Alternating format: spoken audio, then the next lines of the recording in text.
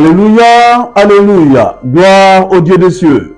Paix et joie abondante et débordante au peuple docile qui se tient en sa présence. Car une immense récompense leur est réservée dans les saints lieux. Nous sommes les rachetés du roi des rois, Jésus-Christ. Il nous a repêchés du milieu du monde afin que nous lui appartenions. Ainsi nous sommes son peuple, le troupeau de son pâturage. Il nous a fait connaître le Père et par l'Esprit, il nous a été donné de garder sa parole. Jean 17, 5. Il réitère la prière dans Jean 17, dite prière sacerdotale, peu avant d'offrir le sacrifice suprême de son corps, ajoutant ainsi le comble à son amour pour nous et pour le monde entier. Il continue, répétant ceci. Maintenant, ils ont connu que tout ce que tu m'as donné vient de toi. Et tu me les as donnés et ils ont gardé ta parole. Jean 17, 7, 8. Ah bien-aimés, nous sommes nullement une marée humaine réunie au gré d'un spectacle dont l'impact n'est que éphémère et passager, non plus une plantation 100 mètres laissée à l'abandon et envahie par des ronces, des épines ou des buissons.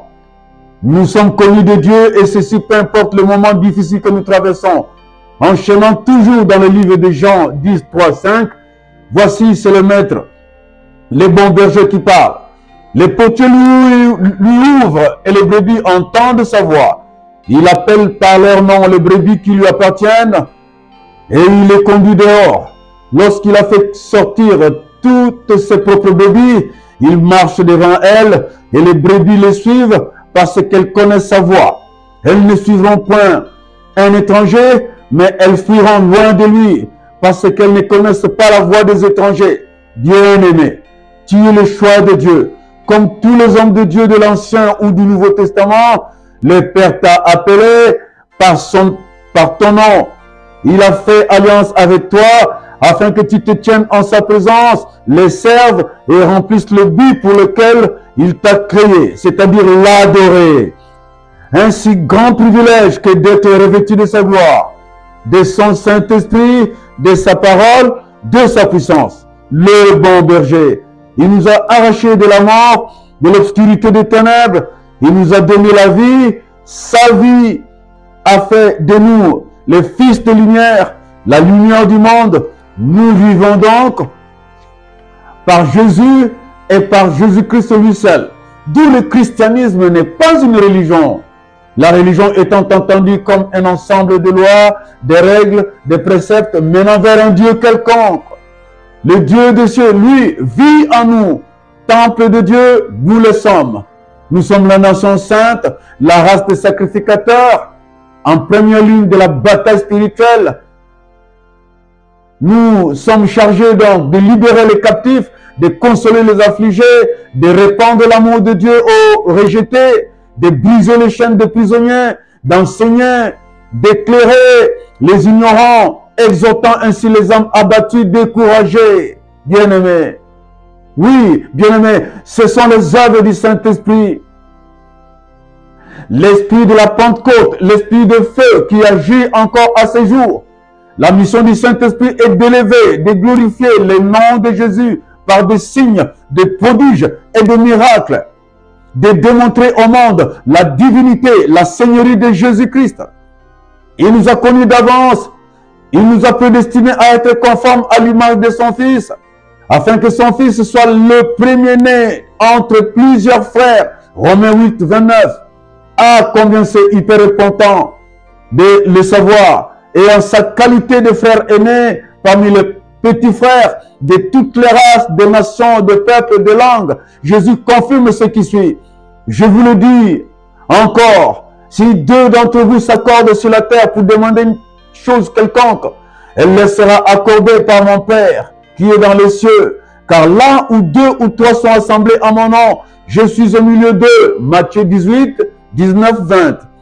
Jésus te garantit une chose, bien-aimée, formidable, qu'étant du clan de racheté par son sang et dépositaire de son esprit, que tout ce que tu lieras sur la terre sera lié dans le ciel, et tout ce que tu délieras sur la terre sera délié dans les cieux. Bien-aimé, quand tu pries ou quand tu es en service de délivrance des âmes, aie toujours ta Bible ouverte, prie et propose aux démons de se frotter contre le dispositif de la parole du Seigneur.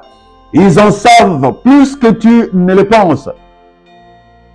Il faut toujours t'appuyer sur ce que tu sais de ton Seigneur, c'est-à-dire ce qu'il a dit que tu es, ce qu'il a dit que tu as, ce qu'il a dit que tu peux faire et ce qu'il t'a promis après cette vie. Ah, bien-aimé frère, sache te reposer, t'appuyer sur le seul nom, celui qui fait trembler Satan et son empire, le nom de Jésus, source de toute bénédiction. Premièrement, bien-aimé, les soldats de la première ligne de front dans la bataille spirituelle, nous le sommes. Permettez, chers bien-aimés, de m'adresser avant tout aux frères et sœurs de la République démocratique du Congo et à tous ceux de l'Afrique centrale et d'ailleurs, captifs d'un système politique impie. Ceux qui connaissent la voie du bon berger, lui obéissent, lui sont soumis et qui s'éloignent de mercenaires et de loups ravisseurs. Suivez bien ceci, bien-aimés. Israël était une petite tribu choisie par le Seigneur. Durant le temps des patriarches, Dieu se manifestait en leur présence, la nuit par une colonne de feu et par une nuée blanche, les jours, sans oublier les lois, les commandements, les ordonnances directement reçues de main même de notre Dieu pour les guider en tant que nation mise à part et destinée à faire la différence avec le peuple incirconcis idolâtre.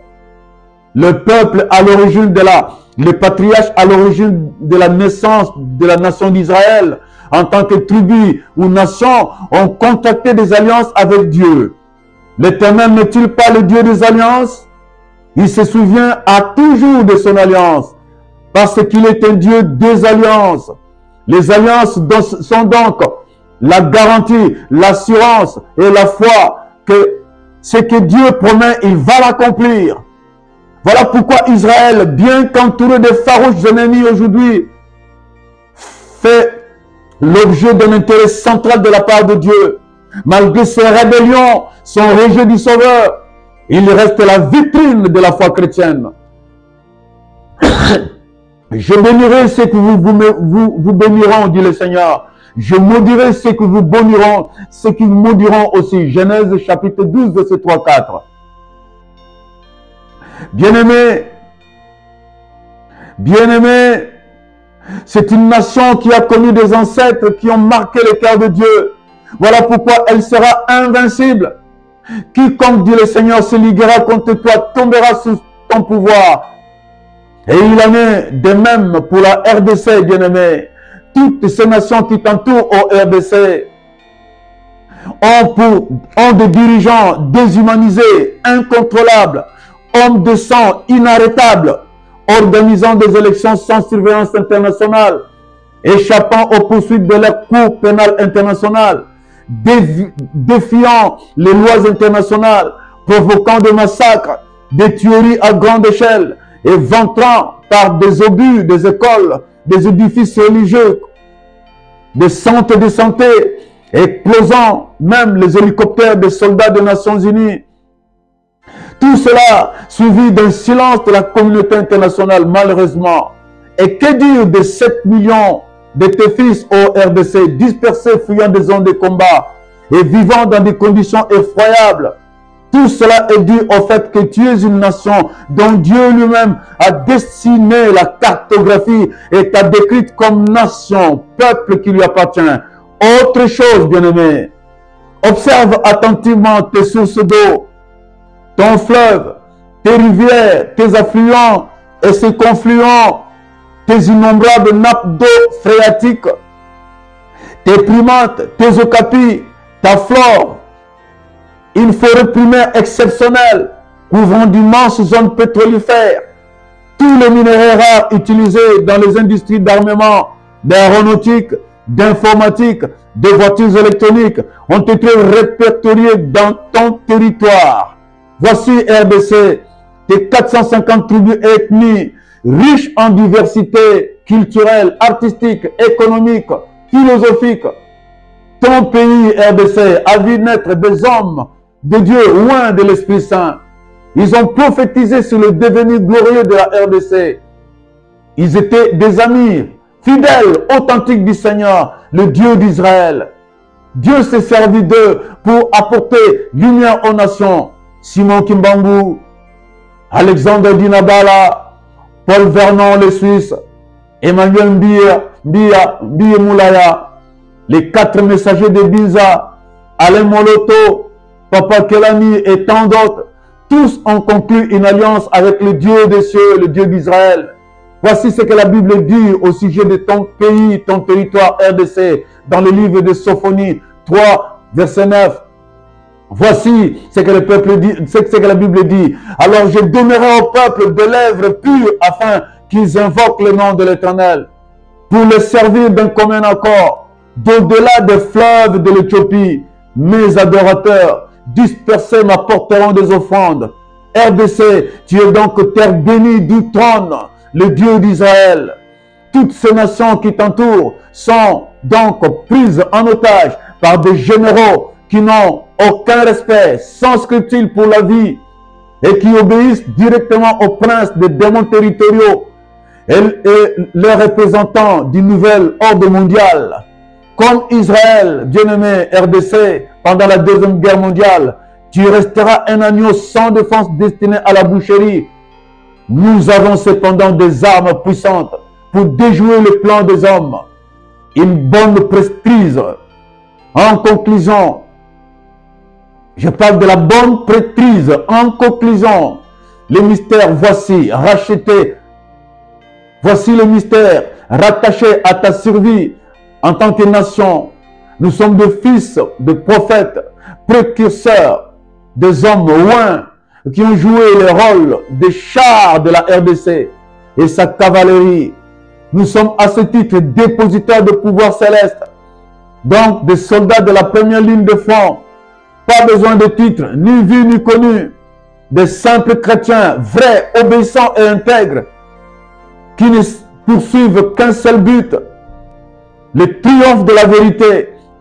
Nous savons que la RDC est appelée à exercer son leadership, c'est-à-dire nation phare, n'en déplaise au belliqueux régime dirigé par des généraux dont le Seigneur a endurci le cœur pour leur propre perte.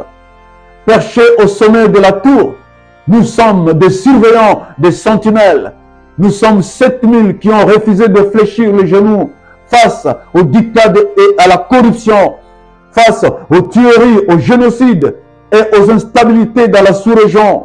La justice de Dieu doit prévaloir pour une RDC unie et indivisible, pour l'Afrique centrale et pour tant d'autres pays d'Afrique, revêtus de nos habits sacerdotaux, ayant comme armes le son de la trompette, les tambours, les chants de louange. Nous brandissons nos armes pour la victoire, y compris pour nos services de sécurité militaire, les services de migration, de renseignement, etc. Ils étaient tous devant l'armée.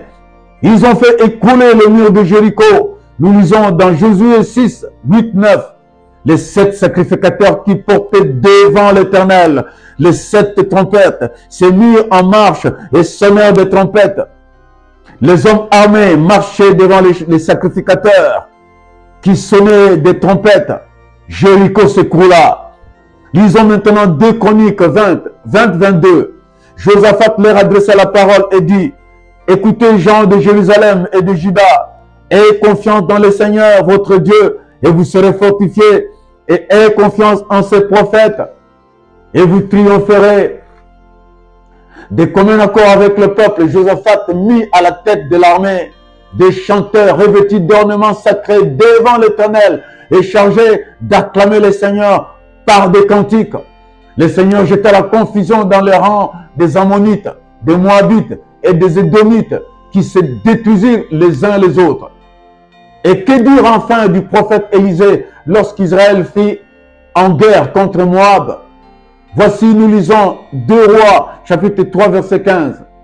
Maintenant, amenez-moi un joueur de harpe. Et comme le joueur de harpe jouait, la main de l'Éternel fit sur Élisée.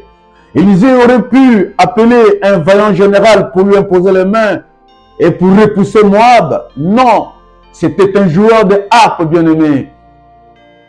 les pouvoirs de bouleverser les plans macabres de vos ennemis. Dieu les a fait reposer sur vos épaules, fils et filles du Dieu Tout-Puissant. Ce que tu lieras sera lié, ce que tu délieras sera délié. Demande la fin de la guerre et cela sera fait. Tes prières comptent. Dites à ton Dieu que tu quitteras en ton temps cette vie pour le séjour éternel. Mais la RDC et l'Afrique centrale resteront une et indivisibles, une nation et un peuple. Aucun plan du nouvel ordre mondial ne s'accomplira, car j'ai lié et c'est lié. C'est cela mon alliance avec toi, comme avant moi, mes pères. Retirez vos mains de la RDC, a dit un de leurs chefs spirituels. Ce n'était qu'un poème vide. Cela n'arrivera pas, à moins d'associer El Elyon, le Dieu très haut, pour anéantir les nouveaux pharaons et leurs armées.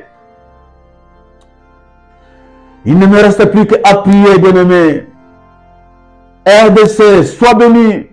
Que ceux qui complotent contre toi soient dans la confusion au nom du Seigneur Jésus. Cette guerre doit finir. Alors que je lève mes mains vers toi, n'entendras-tu pas le sang des innocents qui hurlent devant ta face? Oui, quand un malheur écrit, l'Éternel entend. Alléluia. Merci Père de répondre au Père aux prières de nombreuses qui s'agenouillent devant ta face et qui demandent la cessation des hostilités définitivement dans le nom de Jésus. Dans le nom de Jésus. Amen, amen, amen. Prochaine vidéo bien-aimée dans 15 jours.